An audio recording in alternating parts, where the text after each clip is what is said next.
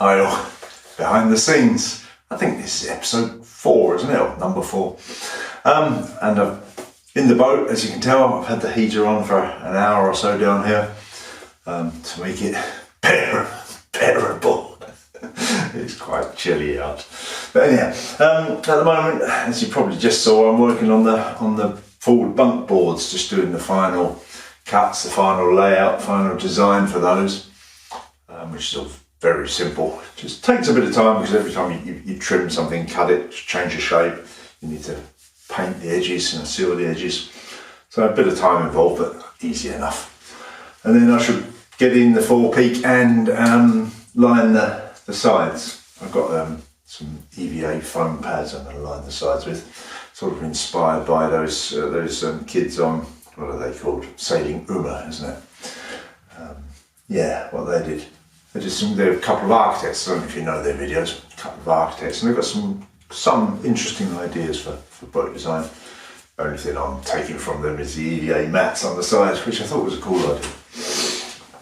Anyhow, last behind the scenes, a couple of you put some questions or some things for me to talk about in the comments, which is great, and that's exactly what I want. So please, if any of you have things you'd like to hear from me, anything you'd like to know about the build or that's connected to the build or whatever, just put it in the comments, and it gives me great material for these behind the scenes, because the point of these is to give you what you want. That's what it's all about, So, a couple of you asked me to talk about things. I'm going to start off with some comments some topics from Stuart. And then probably next time I'll deal with the sails that Karen asked me to talk about. But this time, Stuart asked me a couple of things. And weirdly, the things that I sort of tried to get towards the first ever Patreon special video that I put up, which is now going back, I don't know, 2 years, 2.5 years, whatever. First ever one. I was sort of leading towards that with that. But anyhow, let's talk about these things now. So, Stuart asked, how did I decide on this boat, the Benford 31'8" dory junk schooner? And perhaps I'll read the various questions or points to talk about, because some of them are tied together. What did I have before I did this, or started building this, and why wasn't that what I wanted? What did I do up to the point of ordering the plans? Why did I decide to build my own boat as opposed to buy something that already exists? And what did I do in terms of preparations up to the start of the build? So, if you've looked at my website, there's quite a long section on it called the Miss Molly Adventures, and Karen and I bought Miss Molly in Vancouver, Canada, 1996 or so. That year might be a year or two out. But Miss Molly was a ferro cement, quite a pretty hull shape, ferro cement, junk, one sail, so a sloop I suppose, single sailed junk. She had a very, very simple junk sail, sort of along the lines of the Jester design, flat cut, very, very simple, an old and tatty sail as well actually. And I bought her and then spent 14 months or so fixing her up, complete rebuild actually, and thoroughly enjoyed it. And then we thoroughly enjoyed the build. We set off cruising with her.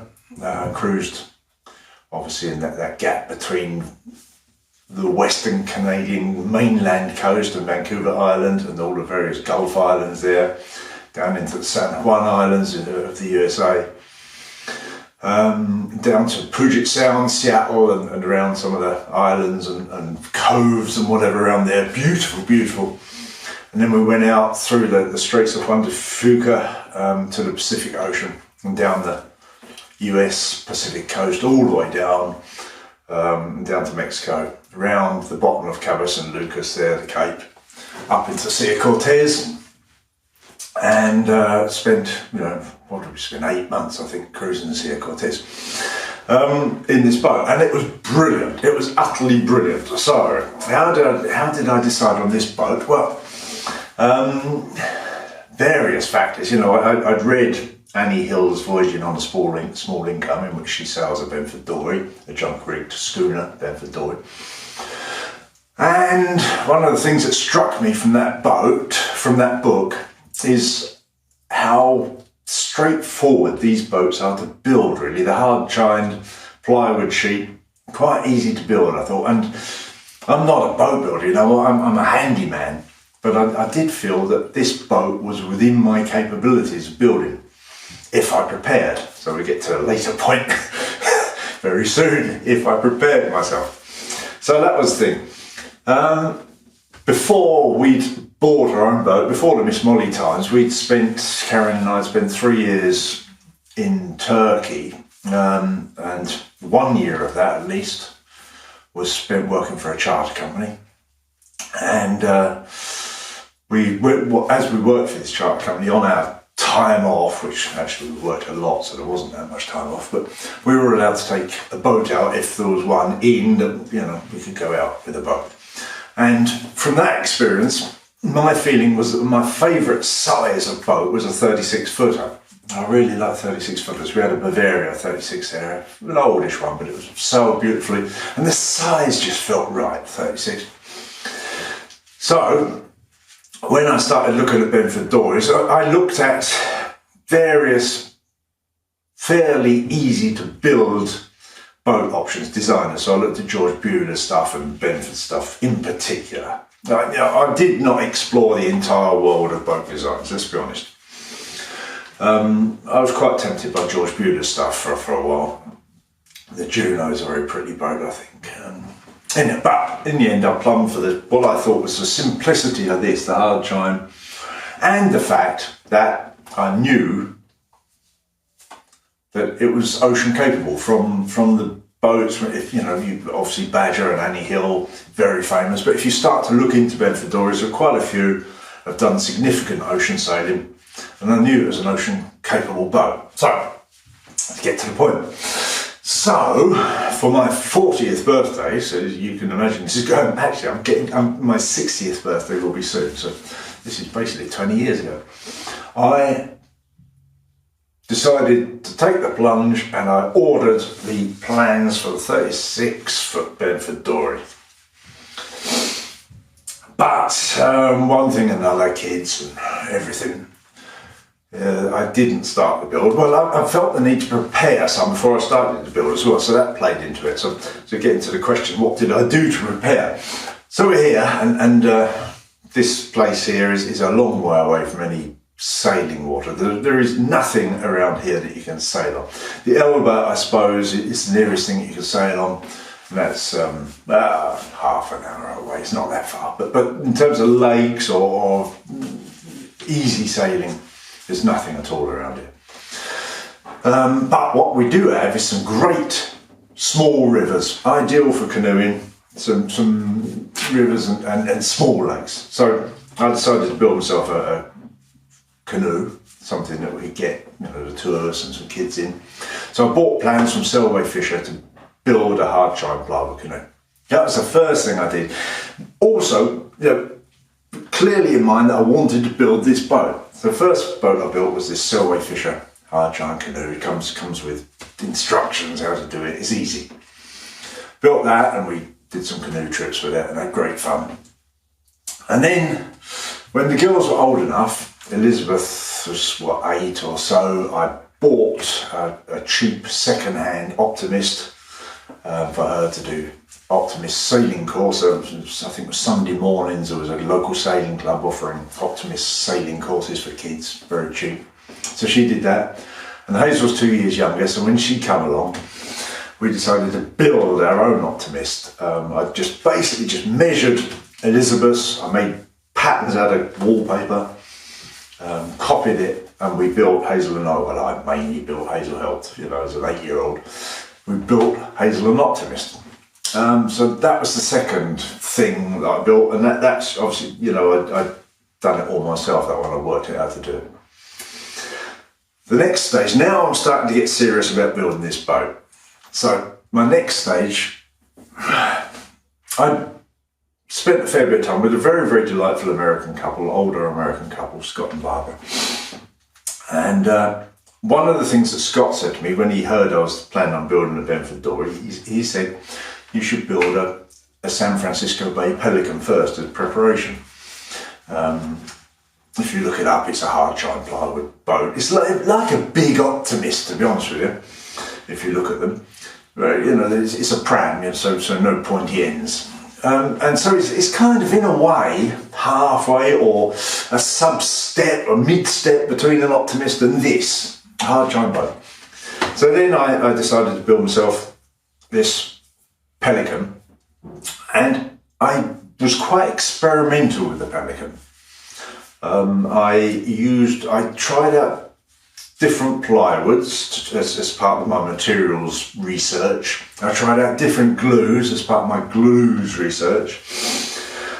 And I built it up, and the techniques and the whole process is valuable stuff.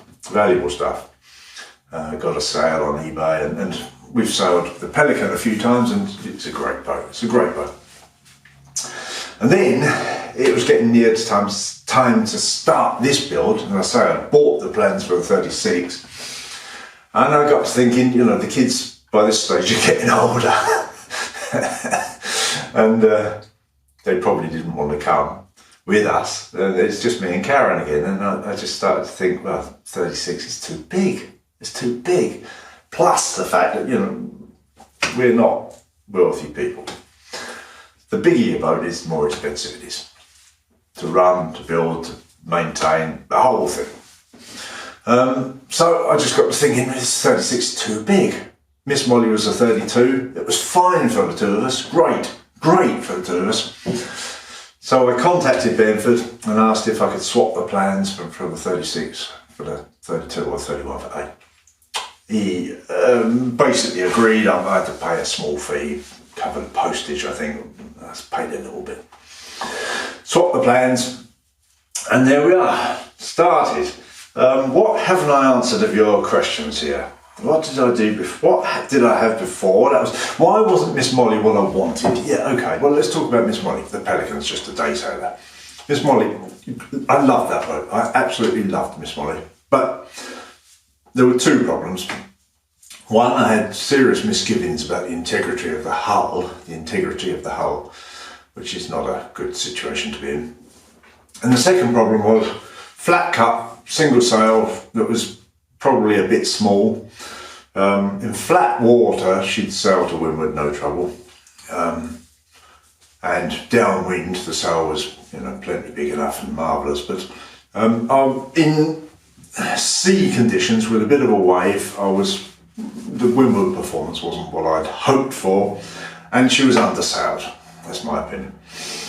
So, one thing I'm doing this time, I spent a fair bit of time reading up on the various sites. The Junk Rig Association site is one good source of junk information, and decided to go for a cambered sail. A schooner, as you know, so probably get some kind of slot effect, and the cambered sails should draw better than flat cut sails. All the research says they will. So I'm going for cambered sails. As I told you, I think a couple of weeks ago, they're now being made. The sailmaker is making them, cambered sails. So I'm very excited about getting a boat with two cambered junk sails on it. It gives you much more versatility. You can have one sail up or the other. You can reef to varying degrees. can have them both up, you can wing and wing. A lot of versatility, I think, in that sail setup. So things that, other than that, this boat design is based very strongly on Miss Molly, the interior. The interior is my own design.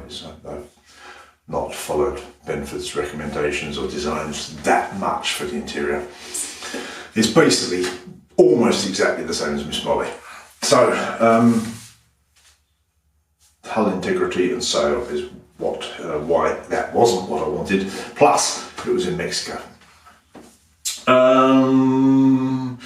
Up to the point of ordering the plans, I read a lot. But as I've already told you, I didn't research vast numbers of boat designs. I knew what I wanted pretty much. I wanted something that I felt was easy to build. So I read George Bueller's Backyard Boat Building, I can remember reading, and quite a lot of wooden boat building publications.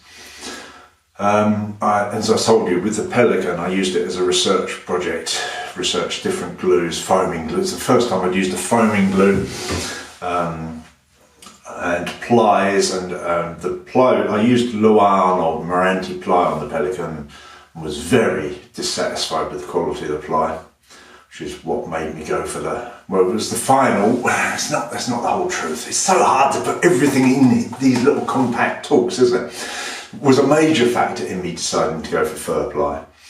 Major factor. Plus, as I've said early in my videos, I said the other major thing is I'm not wild about the idea of using tropical wood that is shipped halfway around the world to get here. So I've tried to use locally sourced woods or recycled woods. I have, and I'll try it out. I have entirely used recycled or locally sourced woods in this build, and I think there's some sense in that. Everyone's different, aren't they? Why did I decide to build as opposed to buying? This is me. This is just a part of my character. I'm a project guy. I love building stuff, so I love having a project on the go. I do watch a bit of telly, but I just see television watching as a bit of a waste of life, really. I need to be doing stuff to occupy the old grey cells. I think I probably covered all of that, haven't I? And I'm sure, I need to edit this, but I'm sure it's going to be quite a long bit of that.